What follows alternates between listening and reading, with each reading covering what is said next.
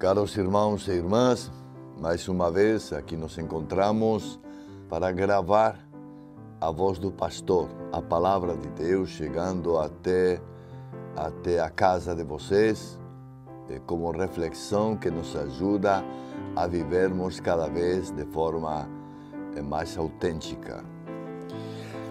Hoje estamos celebrando a festa da ascensão do Senhor aos céus. É a subida de Jesus aos céus. Jesus já terminou a sua missão aqui na terra e agora volta para o Pai, volta para a casa do Pai. É isso que nós celebramos neste dia, tá?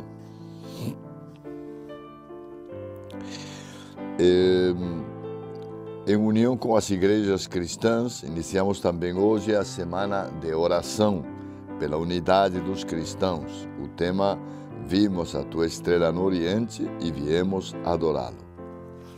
Esta semana de oração pela unidade dos cristãos já é bastante antiga e todos os anos nós dedicamos nesta semana da Ascensão a orar pela unidade dos cristãos. Como vocês sabem, nós os cristãos estamos divididos, embora não fique muito bem para nós, e Cristo Jesus é um só, e Ele nos recomendou a unidade. Nós estamos divididos em muitas igrejas, muitos grupos, cada um às vezes pensando de uma maneira diferente e, o que é mais grave, não querendo a união, a unidade de todos, sob o mesmo Cristo Jesus. Embora o Cristo Jesus seja o mesmo para todos, mas nos recusamos muitas vezes a estarmos unidos.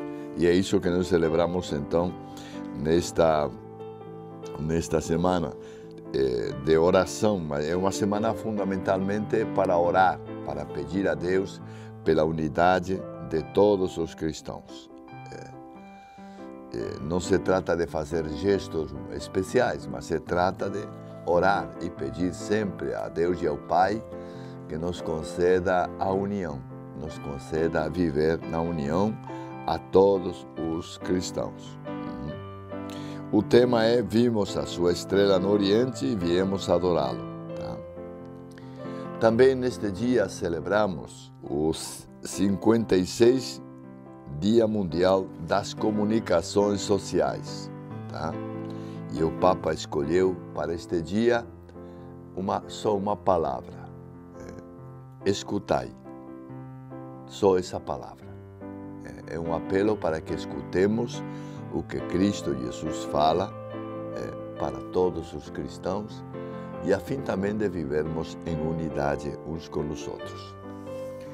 Vamos, pois, refletir a palavra de Deus e começamos pela leitura do livro dos Atos dos Apóstolos. Diz assim: no meu primeiro livro, ó Teófilo, já tratei de tudo o que Jesus fez e ensinou desde o começo, até o dia em que foi levado para o céu, depois de ter dado instruções pelo Espírito Santo aos apóstolos que tinha escolhido.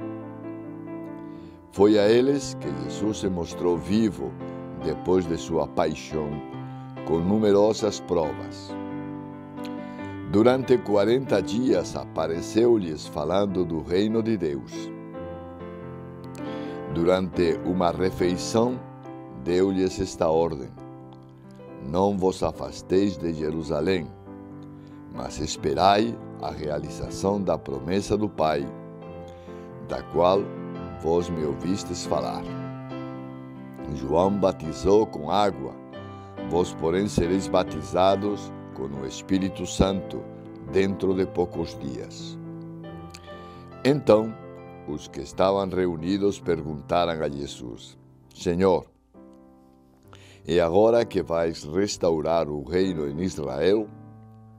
Jesus respondeu: não vos cabe saber os tempos e os momentos que o Pai determinou com a sua própria autoridade, mas recebereis o poder do Espírito Santo, que descerá sobre vós para serdes minhas testemunhas em Jerusalém, em toda a Judeia e na Samaria, e até os confins da terra. Depois disso, Jesus foi levado ao céu, à vista deles. Uma nuvem o encobriu, de forma que os seus olhos não podiam mais vê-lo. Os apóstolos continuavam olhando para o céu, enquanto Jesus subia. Apareceram então dois homens vestidos de branco, que lhes disseram: Homens da Galileia, por que ficais aqui parados? Olhando para o céu, esse Jesus que foi levado para o céu, virá do mesmo modo como o vistes partir para o céu. Palavra do Senhor, graças a Deus. No livro dos Atos dos Apóstolos, caros irmãos, Lucas também recolhe a subida de Jesus aos céus. Tá? Lucas o recolhe. Também irá recolher no Evangelho. No Evangelho também Lucas vai recolher esta subida de Jesus ao céu, porque é um fato extraordinário. Extraordinário. Os apóstolos ficaram olhando para o alto até que as nuvens se encobriram e não puderam ver mais nada. Mas aqueles dois anjos que ante eles se apresentaram falaram bem claro: Homens da Galileia, por que ficais aqui parados, olhando para o céu? Esse Jesus que foi levado para o céu virá do mesmo modo como vistes partir para o céu. Jesus vai voltar do mesmo modo como subiu. Estas foram as palavras e esta é a promessa, de maneira que Jesus voltará. Não sabemos quando, porque isso está nos planos do Pai. É Ele que determina essas coisas. Não sabemos de que modo Jesus vai voltar, se será à vista de todos, ou será no silêncio da noite, ou será num outro momento, não sabemos, tá? Mas o certo é que Ele vai voltar. Do mesmo modo como subiu, Ele vai voltar e vai se manifestar a toda a humanidade como Salvador, como Cristo, como aquele que tirou os pecados da humanidade e permitiu à humanidade que caminhasse nos seus caminhos e alcançasse a salvação.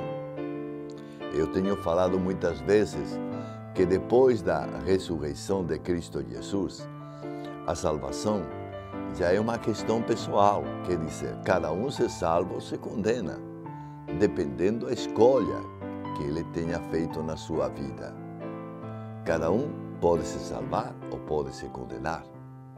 Isso, como digo, depende de cada um. Se agora eu faço a escolha por Cristo Jesus e levo uma vida digna, uma vida sem pecado, uma vida na graça de Deus, certamente, quando Jesus voltar, me encontrará nessa graça e certamente serei conduzido para o seu reino. Mas se pelo contrário, quando Ele voltar, eu continuo cheio de pecados, porque não me arrependi, porque eu continuo pecando contra a graça de Deus. Se quando Ele voltar eu não me arrependi e eu não reconheço meus pecados, certamente esse dia será dia de condenação. Nós não queremos isso. Meu irmão, minha irmã, nem você, nem eu. Nós queremos a salvação. E é por isso que estamos lutando. É por isso que nós estamos caminhando na igreja, com fidelidade, juntos, porque queremos que a salvação que Cristo Jesus nos alcançou na cruz se realize plenamente no último dia, no dia da nossa morte, no dia em que nos encontrarmos de novo com Jesus no céu. Alguém poderá dizer, não, mas quando a gente morre não se encontra com Jesus. Bom, eu penso pessoalmente que sim, porque é nessa hora que nós temos contas a prestar. É preciso prestar contas da nossa vida e seremos chamados para essa prestação de contas certamente na presença de Jesus. Por isso que ante essa prestação de contas da nossa vida, da nossa existência, e uma prestação de contas que é feita na verdade, que não permite que enganemos a ninguém, porque não vai ser nas aparências, mas vai ser uma prestação de contas com profundidade de vida em nosso coração. Então, nessa hora, nós estaremos na presença dele para o julgamento final, para o julgamento que irá nos conduzir, se Deus quiser, à glória eterna e à felicidade eterna para sempre na presença de Jesus nos céus. E é isso que nós esperamos. Essa é a nossa esperança. A subida de Jesus aos céus, pois, renova em nós a esperança de que nós também um dia poderemos, não digo subir aos céus, mas seremos transportados até a presença de Jesus, e onde se encontra Jesus é o céu.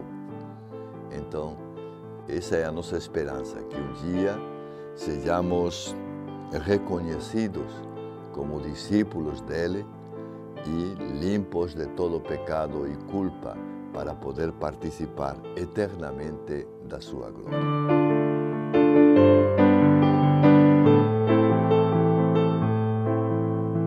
Vamos então continuar a nossa leitura, a segunda leitura, que é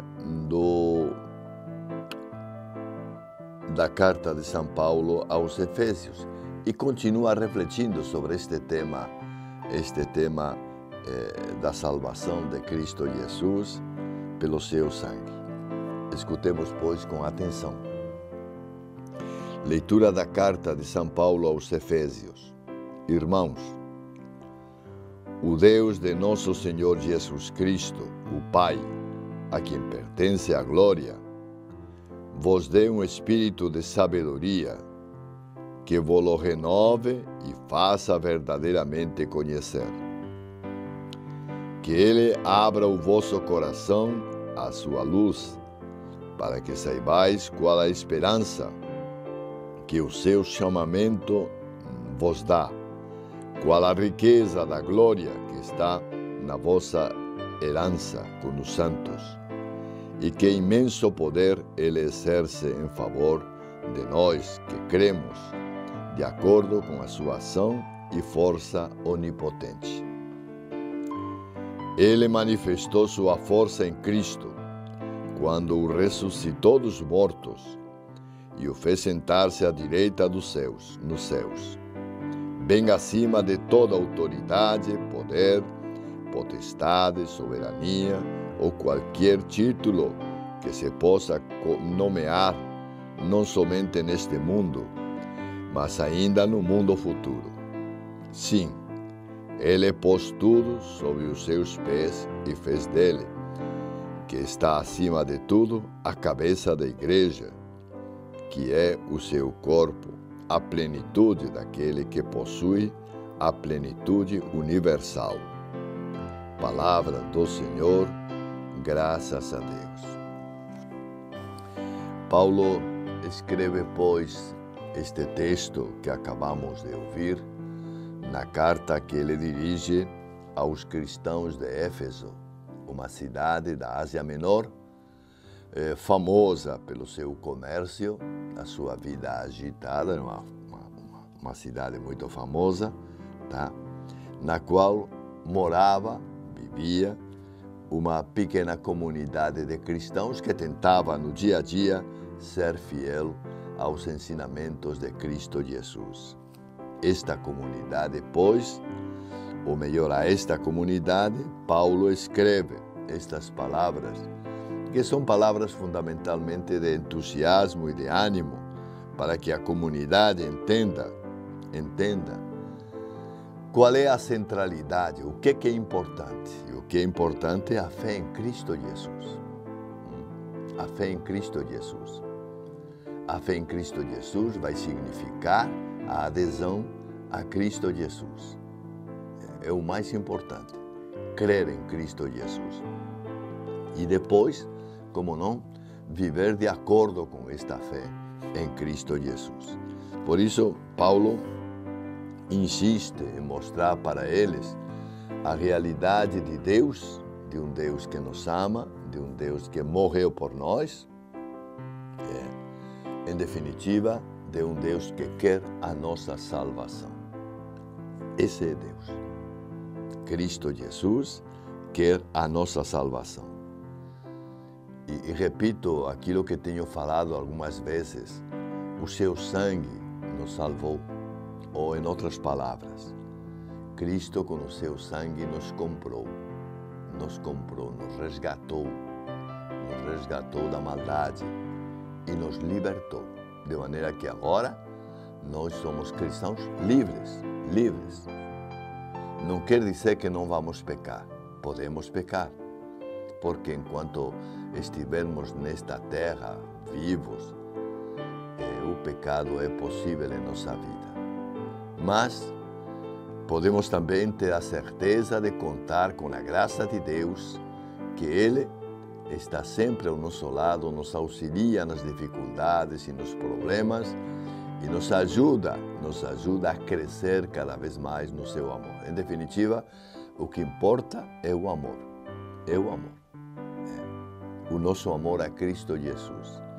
A fé se sustenta no amor. São as duas coisas fundamentais na vida de todo cristão. O cristão tem que acreditar em Cristo Jesus como Senhor e como Deus, mas o cristão também tem que amar. Amar primeiro a Deus e, em consequência, também amar aos seus irmãos. Por isso, o cristão não pode, digamos assim, ter inimigos.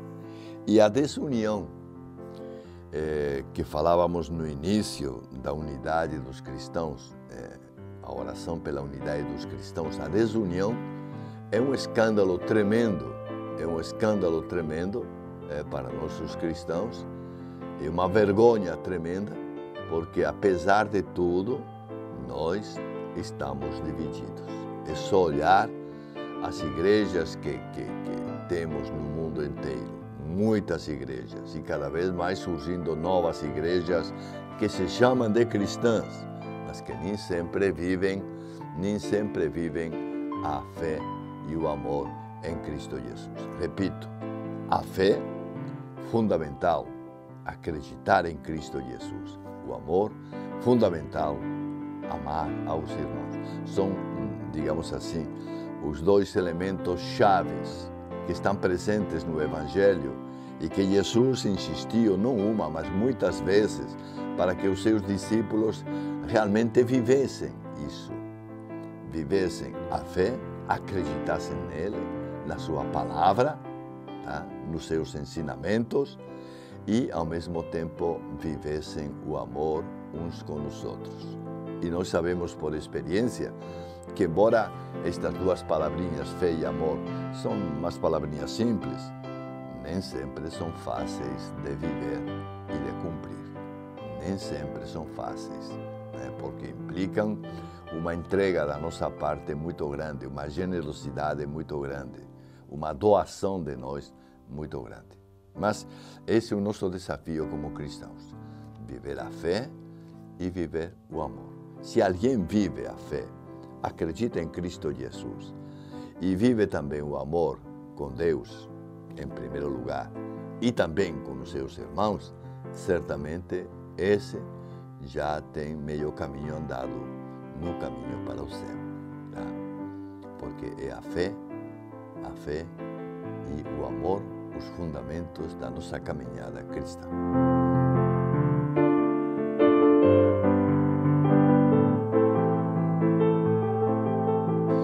E vamos então passar agora a refletir um pouco sobre o Evangelho. O Evangelho que também é de Lucas. Lucas também escreveu, como vocês sabem, Lucas escreveu o livro dos Atos dos Apóstolos.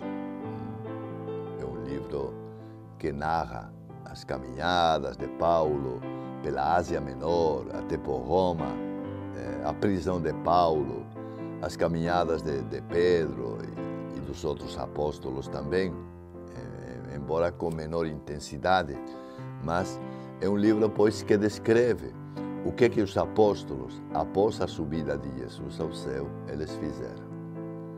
E por esse livro nós conhecemos como alguns apóstolos se espalharam pelo mundo todo, cada um por um canto, e saíram para evangelizar, para pregar. Não ficaram reduzidos à Palestina, embora nos primeiros tempos Jesus pediu para eles ficarem na Palestina, em Jerusalém, mas depois que eles receberam a efusão do Espírito Santo, da qual nos fala o texto bíblico, eles então, com a força do Espírito Santo, se sentiram animados e dispostos a sair por todos os cantos do mundo, anunciando Cristo Jesus.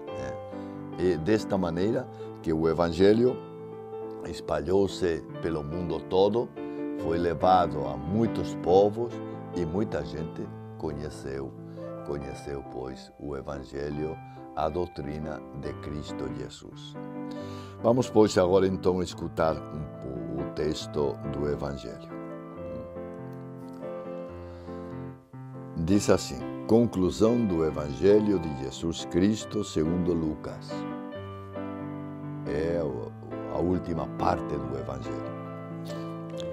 Naquele tempo, disse Jesus a seus discípulos: assim está escrito: o Cristo sofrerá e ressuscitará dos mortos ao terceiro dia.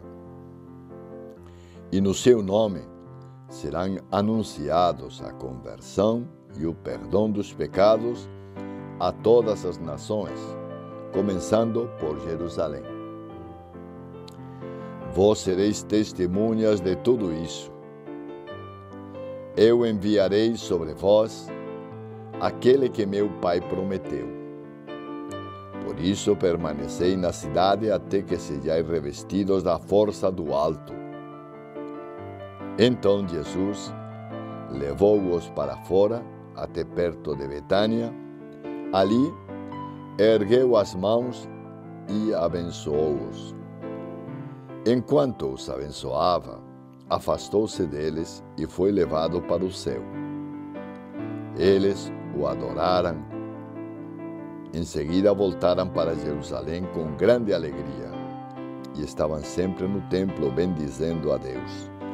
Palavra da salvação, glória a vós, Senhor.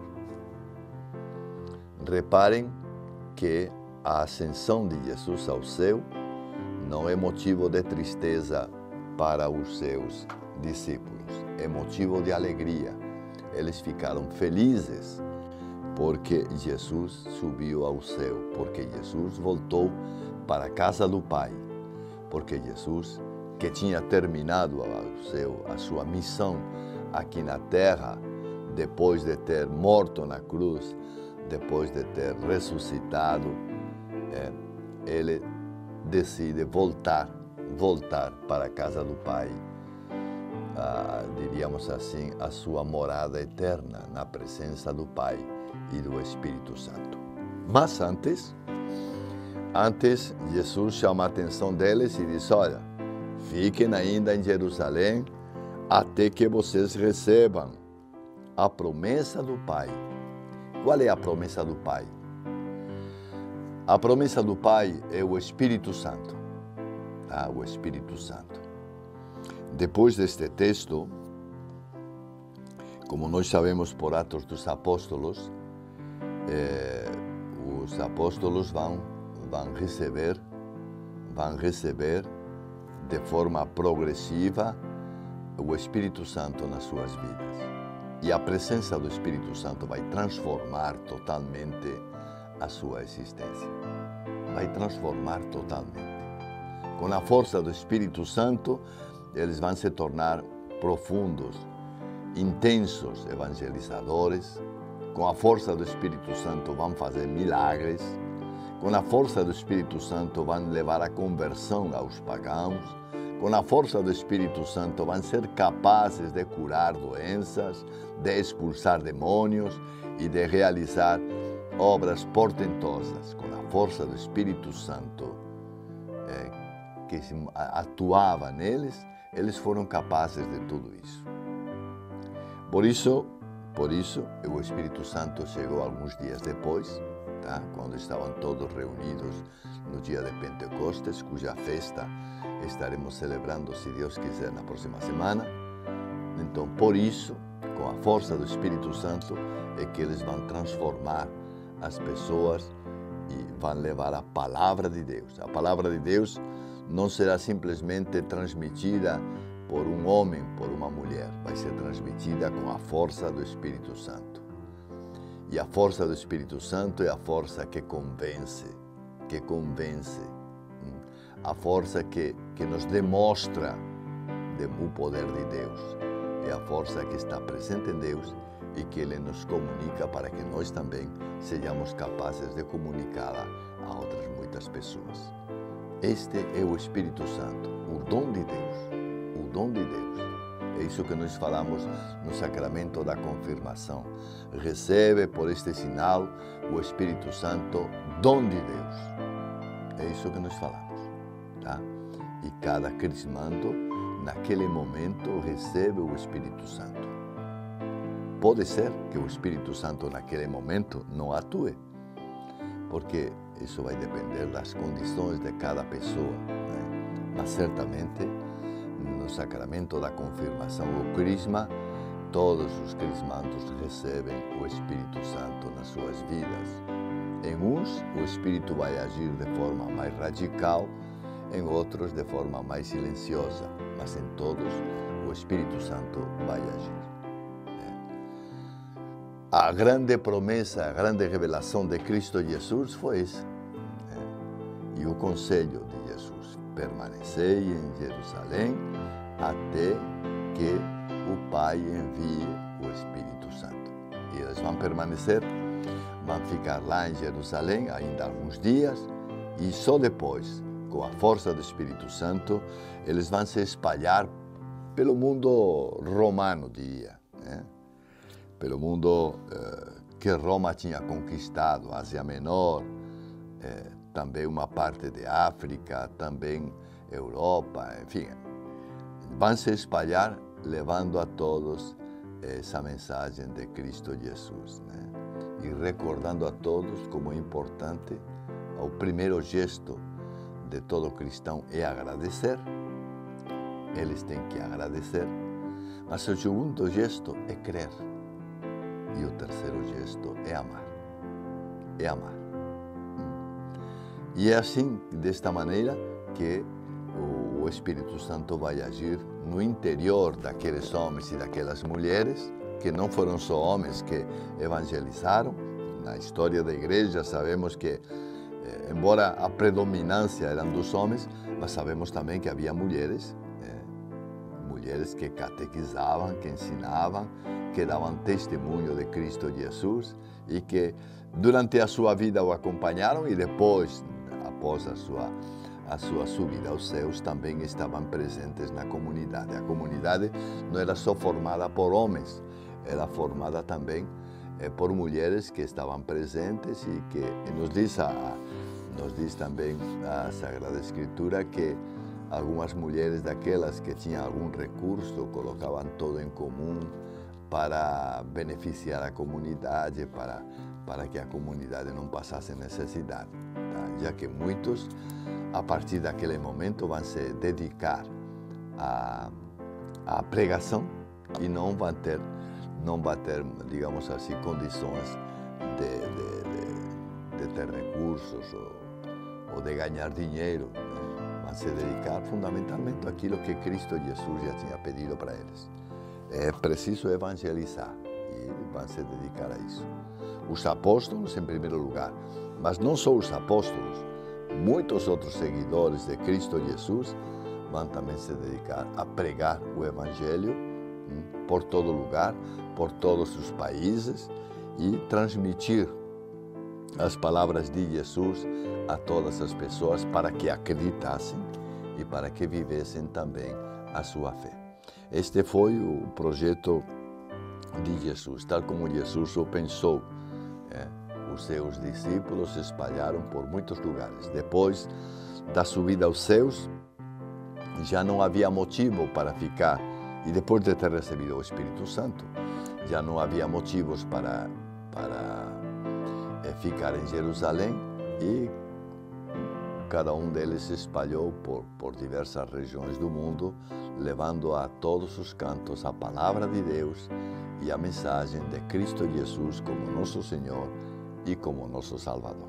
Esse foi, pois, um momento importante em que o Evangelho foi transmitido a todos, foi espalhado por todos os cantos do Império Romano, recordando que o Império Romano era muito grande, se estendia praticamente uma boa parte da Europa e da Ásia, enfim, então, e até de África também.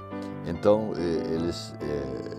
os evangelizadores se espalham por todos os cantos, vão anunciar o Evangelho e vão transmitir a fé em Cristo Jesus.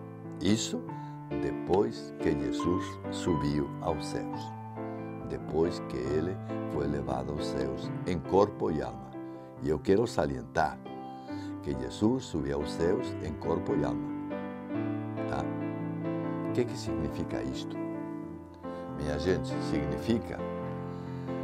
significa que quando ele assumiu a nossa carne, nasceu da Virgem Maria, ele assumiu um corpo humano. Tá? A nossa natureza humana está presente em Cristo Jesus. Isso também é um milagre, porque Deus não precisava fazer isso, mas Ele fez. Ele quis ser em todo igual a nós, inclusive no corpo, tá? E foi por causa do seu corpo que ele sofreu também a paixão, como nós sabemos muito bem, e foi também por causa do seu corpo que ele sentiu também as limitações próprias que nós sentimos. Ele também sentiu essas limitações. Mas é com este corpo, pois, humano, que Jesus subiu aos céus.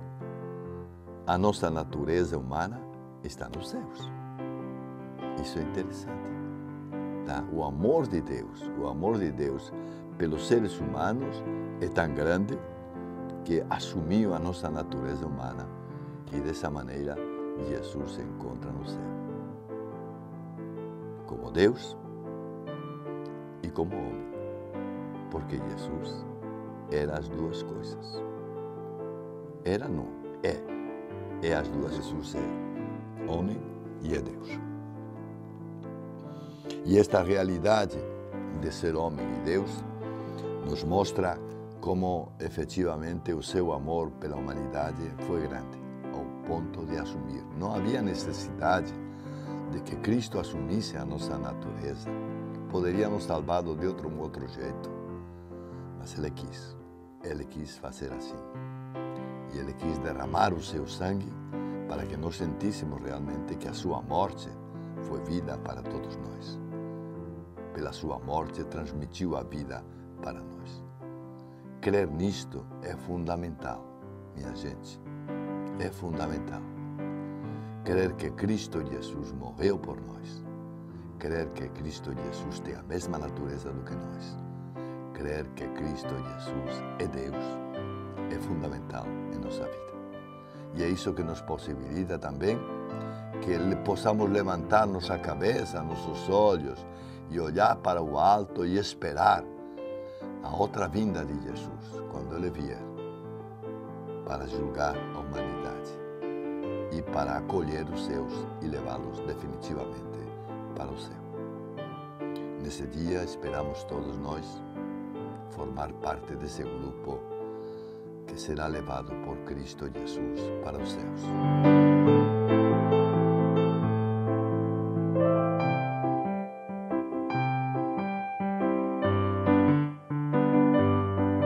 Eu tenho agora algumas notícias que eu queria também transmitir, aproveitando a ocasião, transmitir algumas coisas, né?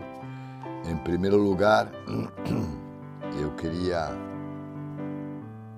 lhes dizer que em breve estaremos realizando o quarto encontro da Igreja Católica na Amazônia Legal, tá? Em memória dos 50 anos do Encontro de Santarém. O Encontro de Santarém, que aconteceu 50 anos atrás, no ano 1972, já faz muito tempo, tá? E que certamente os bispos que participaram daquele encontro já não se encontram conosco, porque já faz muito tempo. O Encontro de Santarém foi um encontro que impulsionou as nossas comunidades, as comunidades eclesiais de base. Foi um encontro que ajudou a refletir a realidade que já se vivia aqui na Amazônia, da exploração da madeira, da exploração do minério, todas essas coisas, 50 anos atrás, os bispos já tinham percebido, e tinham percebido como efetivamente os danos causados por esta exploração desenfreada eram enormes. A começar pela poluição dos nossos rios, etc, etc. Então, com motivo, pois, deste quarto encontro da Igreja Católica na Amazônia Legal, nós, os bispos, estaremos celebrando, ou melhor, estaremos nos reunindo, voltando para Santarém, para a cidade de Santarém, onde aconteceu o primeiro encontro, para um outro encontro. Este será o quarto dos que já realizamos aqui na Amazônia Legal, tá? E pretende ser um encontro que reúna todos os bispos da Amazônia, para refletir precisamente sobre a Amazônia. É preciso continuar refletindo, é preciso continuar gritando contra a exploração desenfreada da Amazônia, que não preserva a natureza, que não preserva os animais, que maltrata os povos indígenas, que rouba a terra dos povos indígenas. É preciso dizer tudo isso, porque, apesar de terem passado 50 anos, os problemas basicamente continuam os mesmos. Continuamos explorando o que resta, porque já não resta muito, não, mas o que resta da floresta, indiscriminadamente. Continuamos explorando o minério a céu aberto, de maneira também desenfreada. Continuamos abusando dos nossos rios, abusando deles, tirando tudo que eles têm e enchendo eles de entulho e de outras muitas coisas. Quer dizer, os desafios da Amazônia hoje também são grandes, como 50 anos atrás os bispos detectaram naquela época toda a problemática que já existia, né? Então, como digo, dos dias 6 de junho até o dia 9 de junho, os bispos estaremos reunidos em Santarém para este encontro de todos os bispos sobre a Amazônia Legal, sobre os desafios que hoje também apresenta a Amazônia. Eu queria salientar entre os desafios que o grande desafio que nós temos hoje é dos povos indígenas. Como vocês sabem, o governo tem seus mecanismos e ultimamente estava querendo até tomar a terra dos indígenas. Se tomarem a terra dos indígenas, onde os indígenas vão viver? Vão ser deslocados às periferias das cidades a viver na miséria, tá? E você colocar os indígenas na periferia da cidade significa condená-los a uma escravidão, a uma maneira, uma forma de escravidão provocada por este sistema econômico de exploração também. Tá? Quer dizer, eu tenho a impressão muitas vezes de que queremos roubar a terra dos índios porque nelas existem riquezas minerais, tá? E muitas riquezas minerais. Queremos roubar a terra deles para mandá-los depois para a periferia, para que eles vivam na miséria das periferias. Isso é o que eu percebo. Então este encontro, se Deus quiser, vai ser um momento, vai ser uma voz clara contra a exploração dos povos indígenas, também contra a exploração do minério. Bom, um outro tema que eu trouxe aqui também para refletir com vocês é o tema dos sequestros de sacerdotes, que continuam existindo no mundo inteiro, especialmente na África. Tivemos notícias esta semana de que 2 sacerdotes, o reverendo Frei Steven Ohama e o reverendo Oliver Okipara, eles foram sequestrados. Agora, na África temos uma mania de sequestrar pessoas e pedir resgate por elas. O objetivo é esse, o objetivo é o dinheiro. Se sequestra uma pessoa importante, um sacerdote, e se pede resgate por ele. Aí o povo e certamente as autoridades eclesiásticas têm que se virar para pagar o resgate e para que o sacerdote seja liberado. O ser humano, na sua maldade, muitas vezes não tem limites para pensar o mal e para agir. Este é um limite. Este é um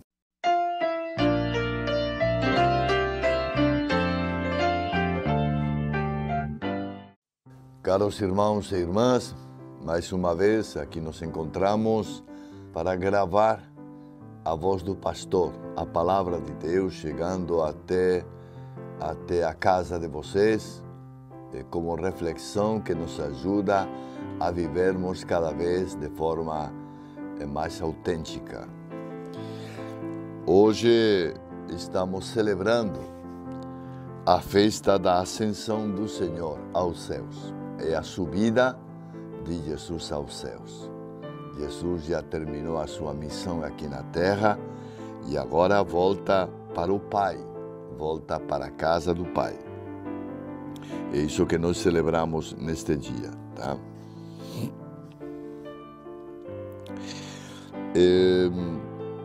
Em união com as igrejas cristãs, iniciamos também hoje a semana de oração pela unidade dos cristãos. O tema: vimos a tua estrela no Oriente e viemos adorá-lo. Esta semana de oração pela unidade dos cristãos já é bastante antiga e todos os anos nós dedicamos nesta semana da Ascensão a orar pela unidade dos cristãos. Como vocês sabem, nós os cristãos estamos divididos, embora não fique muito bem para nós, e Cristo Jesus é um só, e Ele nos recomendou a unidade. Nós estamos divididos em muitas igrejas, muitos grupos, cada um às vezes pensando de uma maneira diferente e, o que é mais grave, não querendo a união, a unidade de todos, sob o mesmo Cristo Jesus. Embora o Cristo Jesus seja o mesmo para todos, mas nos recusamos muitas vezes a estarmos unidos. E é isso que nós celebramos então nesta semana de oração. Mas é uma semana fundamentalmente para orar, para pedir a Deus pela unidade de todos os cristãos. Não se trata de fazer gestos especiais, mas se trata de orar e pedir sempre a Deus e ao Pai que nos conceda a união, nos conceda viver na união a todos os cristãos. O tema é: vimos a sua estrela no Oriente e viemos adorá-lo. Tá? Também neste dia celebramos os 56 Dia Mundial das Comunicações Sociais, tá? E o Papa escolheu para este dia só uma palavra, escutai, só essa palavra. É um apelo para que escutemos o que Cristo Jesus fala para todos os cristãos e a fim também de vivermos em unidade uns com os outros. Vamos, pois, refletir a palavra de Deus e começamos pela leitura do livro dos Atos dos Apóstolos. Diz assim: no meu primeiro livro, ó Teófilo, já tratei de tudo o que Jesus fez e ensinou desde o começo, até o dia em que foi levado para o céu, depois de ter dado instruções pelo Espírito Santo aos apóstolos que tinha escolhido. Foi a eles que Jesus se mostrou vivo depois de sua paixão, com numerosas provas. Durante 40 dias apareceu-lhes falando do reino de Deus. Durante uma refeição, deu-lhes esta ordem: não vos afasteis de Jerusalém, mas esperai a realização da promessa do Pai, da qual vós me ouvistes falar. João batizou com água, vós, porém, sereis batizados com o Espírito Santo dentro de poucos dias. Então, os que estavam reunidos perguntaram a Jesus: Senhor, e agora que vais restaurar o reino em Israel? Jesus respondeu: não vos cabe saber os tempos e os momentos que o Pai determinou com a sua própria autoridade, mas recebereis o poder do Espírito Santo, que descerá sobre vós para serdes minhas testemunhas em Jerusalém, em toda a Judeia e na Samaria, e até os confins da terra. Depois disso, Jesus foi levado ao céu, à vista deles. Uma nuvem o encobriu, de forma que os seus olhos não podiam mais vê-lo. Os apóstolos continuavam olhando para o céu, enquanto Jesus subia. Apareceram então dois homens vestidos de branco, que lhes disseram: homens da Galileia, por que ficais aqui parados? Olhando para o céu, esse Jesus que foi levado para o céu, virá do mesmo modo como o vistes partir para o céu. Palavra do Senhor, graças a Deus. No livro dos Atos dos Apóstolos, caros irmãos, Lucas também recolhe a subida de Jesus aos céus. Tá? Lucas o recolhe. Também irá recolher no Evangelho.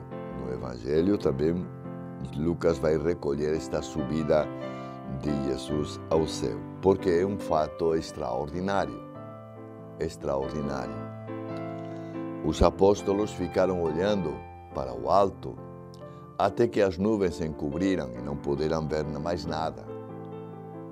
Mas aqueles dois anjos que ante eles se apresentaram falaram bem claro: homens da Galileia, por que ficais aqui parados?